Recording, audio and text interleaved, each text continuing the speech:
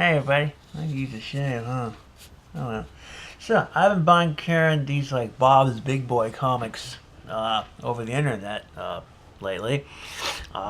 They give them away to kids at the Bob's Big Boy restaurants. We don't have any Bob's Big Boys around here, I checked, but anyway. When I was a kid, there were a few Bob's Big Boys nearby. I never got any comic books home though, not that I can remember. Maybe that particular outlet didn't perform that service. I'm not sure, but anyway, yeah, they started publishing these Big Boy comics like in 1956. And they got like a short story or maybe like 3 short stories maximum, and they'll have like a letters page. You'll have games and like cutout dolls and things for kids, I guess, to amuse themselves with while they're waiting for the food to come. Like I said, they started in 1956, and when they started in 1956, the team who worked on the first few issues, I don't know exactly how many. Actually, it was Stan Lee, from Marvel Comics, guy who takes full responsibility for creating all those characters, even though the artists put in at least as much creative input as him. Stan Lee and Bill Everett was the first artist. I remember his work. He did a lot of horror or monster comics for Atlas, which later became Marvel Comics, and Marvel Comics reprinted a lot of those monster comics in the late 60s, early 70s. And then after him, I guess, was Don DeCarlo, who invented the Archie comics series. And I just learned also, he also created the Josie and the Pussycat Saturday morning cartoon show, which I never knew he did that, even though they're drawn the same. I guess I just assumed that the artists were using the same style. It never occurred to me it was the exact same person. Also, he's responsible for Sabrina the Teenage Witch. And this Dan DeCarlo also did a lot of kind of like girly pictures for men's magazines and stuff like that. So here's this one here.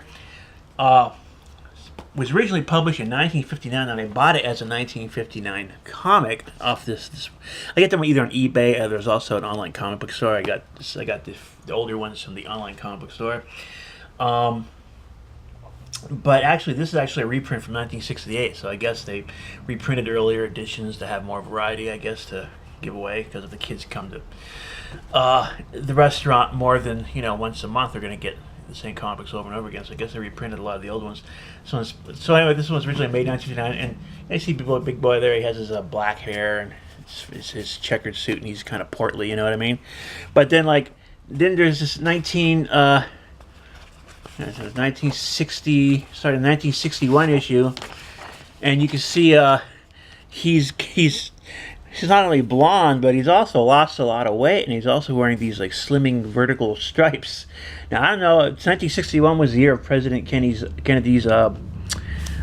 fitness campaign, Council on Physical Fitness, and they sent that song, that chicken fat song. Here, I'll play it for you for people at home.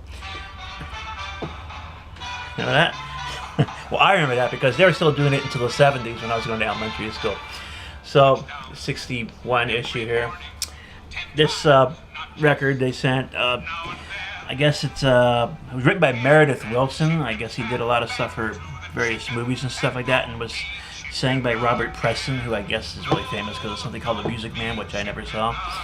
But anyway, so this is 1961 issue here, and here's a 1962 issue. You can see he's still skinny. As a matter of fact, he looks like he's putting on a little upper body muscle mass there, when he stand up to that genie.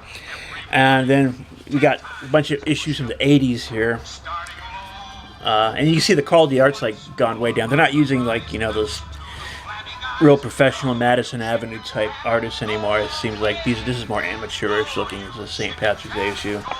There's another 80s issue here.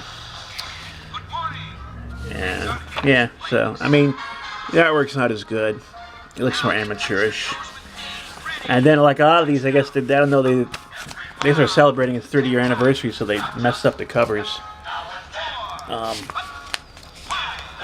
Yeah, I don't know what they did with the covers. The rest of the cover's gone. But anyway, and these are all from the 80s. So we can't get anything more recent than that because there's no Bob's Big Boy restaurants around here. But maybe when we leave the state, we'll find another restaurant and see if they're still giving away the comic book and see if they'll give us some. Okay.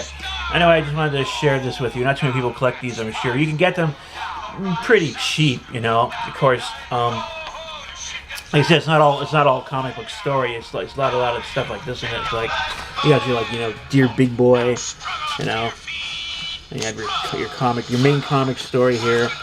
Then there'll be an advertisement for the restaurant, and like jokes, stuff like that, poems by readers, I guess.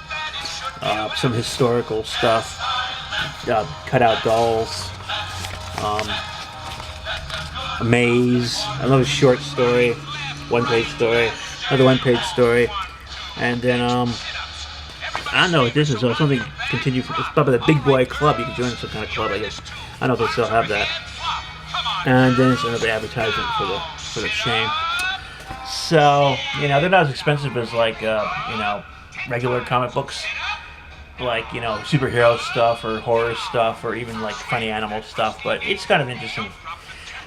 Sort of a pastime me and Karen have developed. So okay, so I'll see you all next video, guys. Bye bye.